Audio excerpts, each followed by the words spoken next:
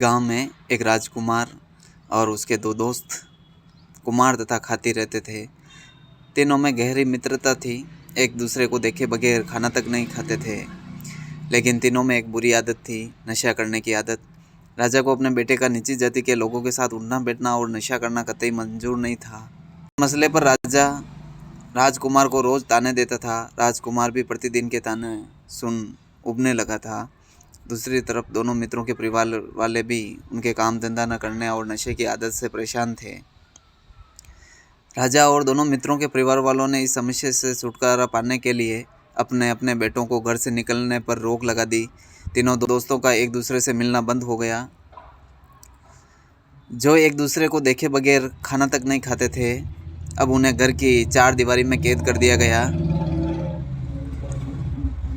एक रोज किसी न किसी तरह वे एक दूसरे से मिले और घर से भागने की रणनीति बनाई। अगले ही दिन तीनों मित्र अपना अपना सामान लेकर घर छोड़कर चले गए।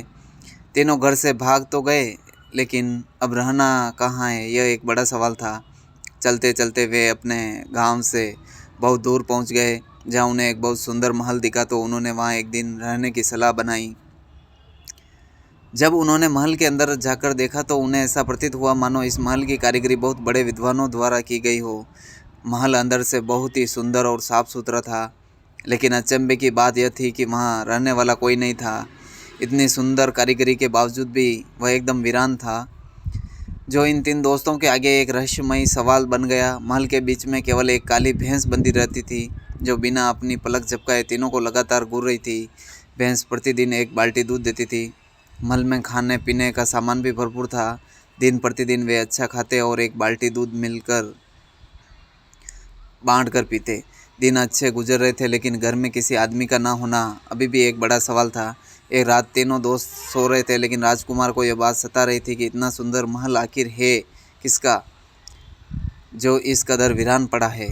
अचानक राजकुमार की नज़र खिड़की की ओर पड़ी, जहाँ एक बहुत ही सुंदर स्त्री राजकुमार को इशारा कर अपनी ओर बुला रही थी। राजकुमार इस वीरान महल में इतनी सुंदर स्त्री को देख दंग रह गया और अपने दोस्तों को बताए बिना उसके पीछे पीछे चल दिया। वह केवल उसकी सुंदरता पर मोहित होकर स्त्री के पीछे नहीं गया था, बल्कि कारण था सवाल से पर्दा उठाना। इस बीच उसने देखा भैंस, जो पूरे दिन खूंटे से बंधी थी, वहाँ से गायब थी, जैसे उसे किसी ने मुक्त कर दिया हो। जब वह स्त्री राजकुमार को अपनी सीमा में ले गई, तब उसने अपना भयानक रूप दिखाया। उसके दांत मानो उसके मुंह से भी बड़े हो गए, बाल जमीन से सट गए, एक काला रूप जो उसकी वास्तविकता दर्शा रहा था राजकुमार को अपने भयंकर दांतों से चबा गई। सुबह हुई तो दोनों दोस्त उठे। राजकुमार, जो उस डायन का शिकार हो चुका था, ना दिखने पर उसके मन में अलग अलग धारणाएं बनने लगी, जिसमें मुख्य थी राजा का बेटा हम गरीबों के साथ भला कितने दिन रह सकता है, चला गया होगा। दोबारा रात हुई। भैंस केवल रात को ही दूध देती थी। अब भैंस ने 2 बाल्टी दूध देना शुरू कर दिया था। भैंस का यूँ अचानक 2 बाल्टी दूध देना कुमार को खुल गया। अब उसे भी रात को नींद सताने लगी।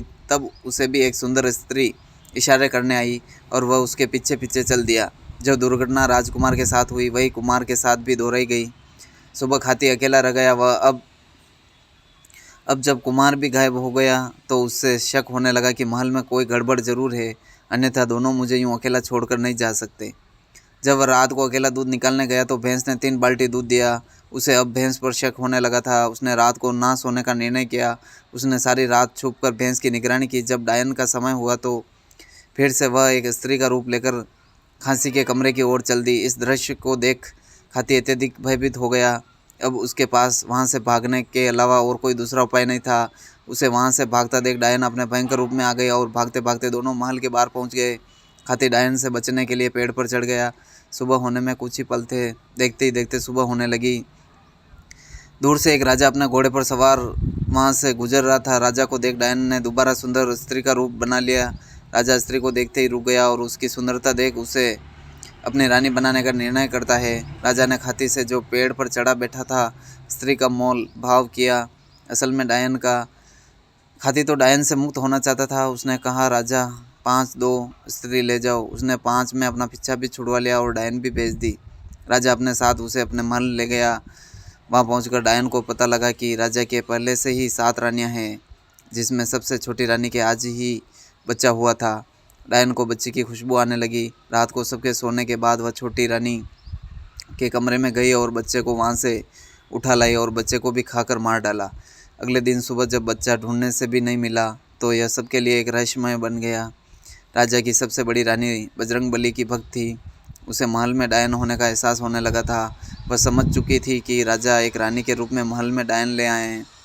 जब उसने डायन के बारे में राजा को बताया तो राजा अपनी इतनी सुंदर स्त्री को खोने के डर से उन्हें झूठा ठहराता रहा।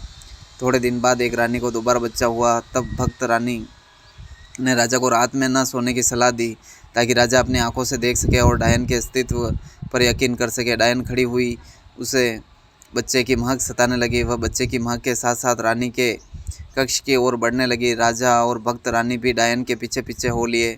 जैसे ही डायन ने बच्चा उठाया वह अपने भयंकर रूप में आ गई। उसके इस भयंकर रूप को देखकर सबकी आंखें बाहर आ गई। जैसे ही उसने बच्चे को खाने की कोशिश की राजा और भक्त रानी ने उसे पकड़ लिया। भक्त रानी ने इसी डर से अपने गुरुजनों को महल में बुला रखा था। सभी गुरुजनों ने अपने तंत्र मंत्र के साथ डायन पर काबू पाया तथा एक शमशान क्षेत्र के बीच चौराहे पर उसे दफनाया गया।